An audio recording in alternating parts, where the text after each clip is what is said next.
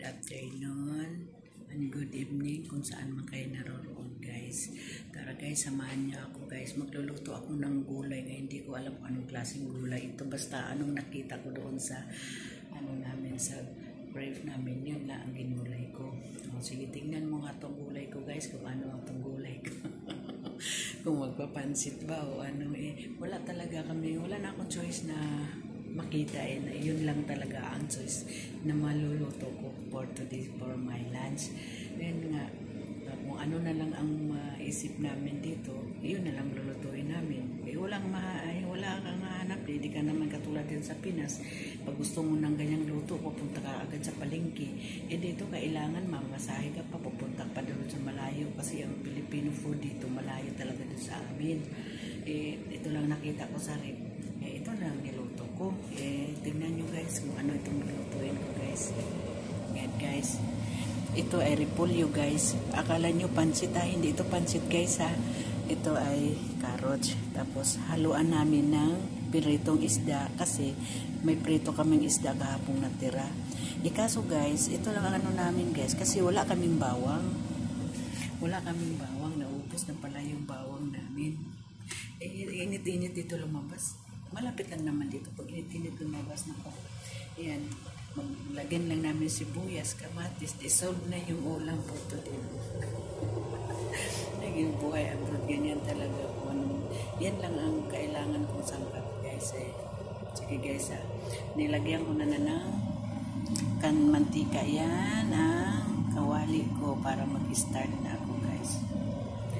Guys start na tayo magluto-luto sa ating pansit o ano ba ang tawag nito. Basta gulay yun na, diba? Wala naman basta gulay, makain naman yan.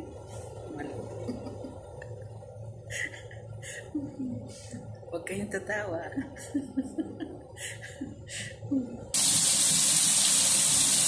Ilagay ko muna sa mga ayaw na natin. Kasi wala tayong ihanap.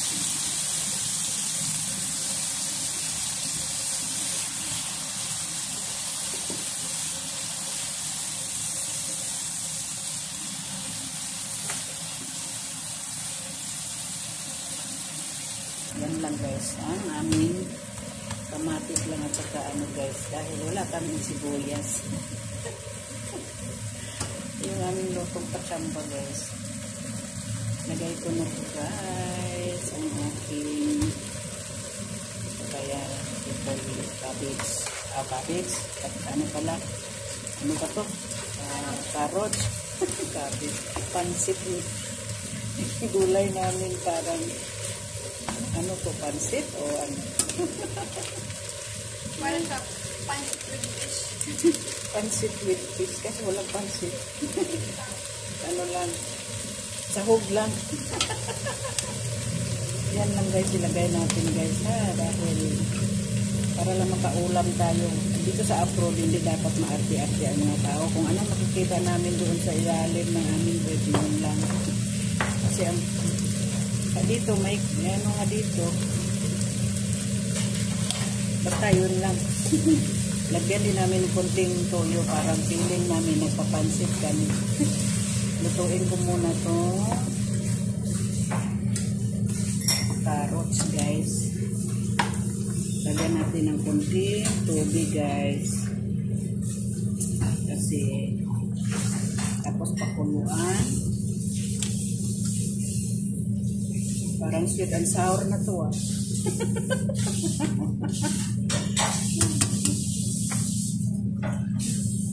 Ayan na ang luto namin guys. Parang sweet and sour, parang pansit. Basta kung anong lalabasan yan, yun ang ulam namin.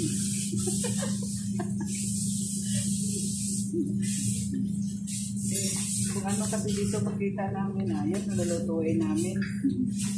Basta may pangtulak lang mayroon kaming panglasa sa aming kanin. Ay nako, natatawa ako sa luto ko. Anong klaseng luto ito?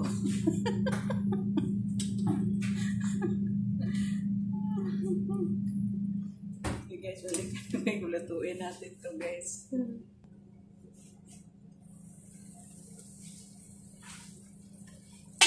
gulay natin luto.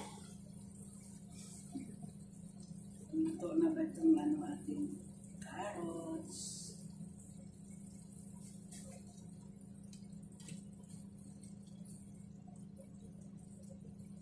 Okay na ba? Lagayan natin itong ating gulay.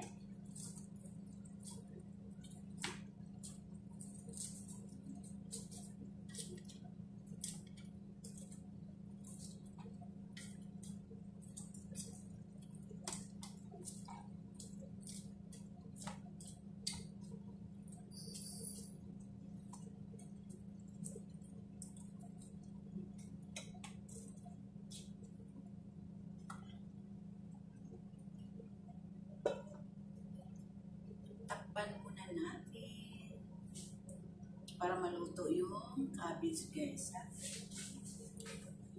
Kasi kailangan natin lutuin yung cabbage.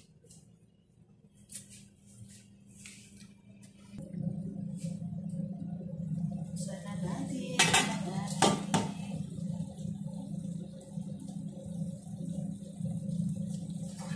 tikman natin kung ang ating repolyo ay ito na. Nandito yung aming pusa na makulit.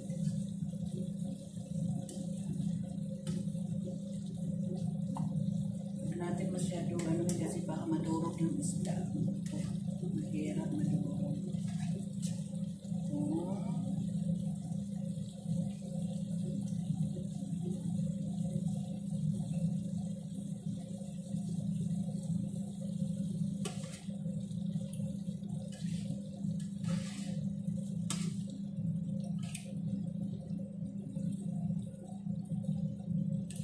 Medyo hindi pa masyado. Mga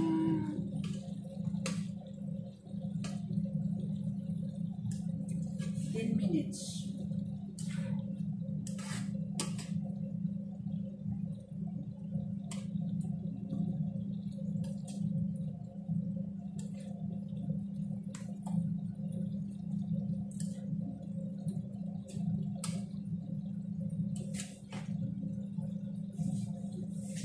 Mga 10 minutes kayo maluto ito, guys. Kunin ko muna ito, guys. Kasi parang rin yan.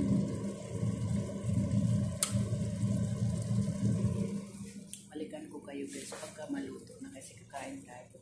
Ito yung aming pusang makulit. Pusa naming makulit. Uy, ang pusa namin to, makulit namin to. Say hi. Hello. How are you? I'm Muffin. I'm Muffin. Ito yung aming alaga, guys. Ang cute na aming alaga, guys. No? Makulit man to among alaga, guys. Kala nyo, guys, makulit ito, guys. Tingin ka sa camera. Say hi. Ay, sus. Naulaw man. Ampak man, ampak. Kung pumunta dyan kasi mainit, ha? Guys, tingnan natin kung luto na ang ating gulay.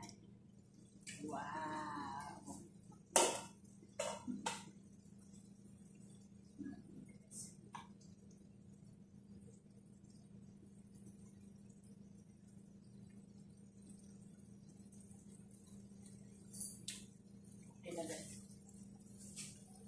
Luto natin gulay, guys. Ayan. Ayan.